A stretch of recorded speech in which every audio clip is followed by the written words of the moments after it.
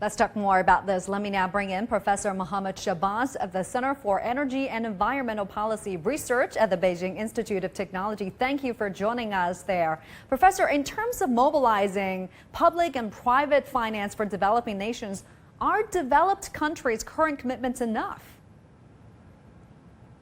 Thank you very much for this opportunity. So, in my opinion, the mobilization of public and private finance to support poor countries for mitigation of environmental impact has several consequences.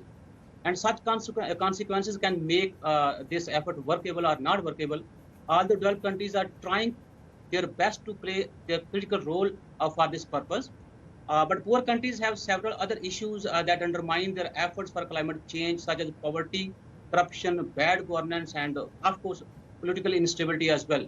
So today, it is a matter of life and death for communities struggling to cope with the weather extremes and who lack the economic resources to adapt. If we take the example of South Asian countries, they mostly rely on financial supports from their richer counterparts to enhance mitigation and adaptation. It is important for all governments and stakeholders to understand and assess the financial needs of developing countries, as well as to understand how these financial sources can be mobilized and utilized properly.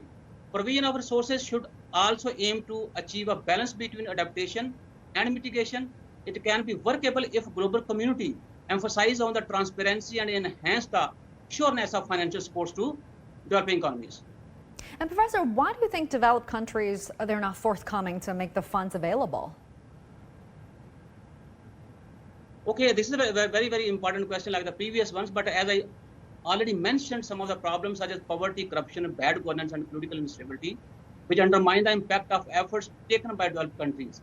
Further, it is also important to discuss that problems are not only at the receiving end, I mean developing nations, but it is also from the end of the developed world. Although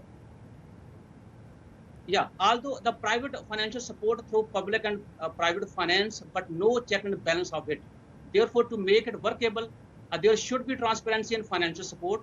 Moreover, developing nations also have problems of air and water pollution, climate change, soil degradation, and most important, over exploitation of natural resources. So, along with public-private finance for poor nations, developed countries also need to accelerate their efforts among their own community to accelerate the favorable environmental, quality for the sustainable future at a global level.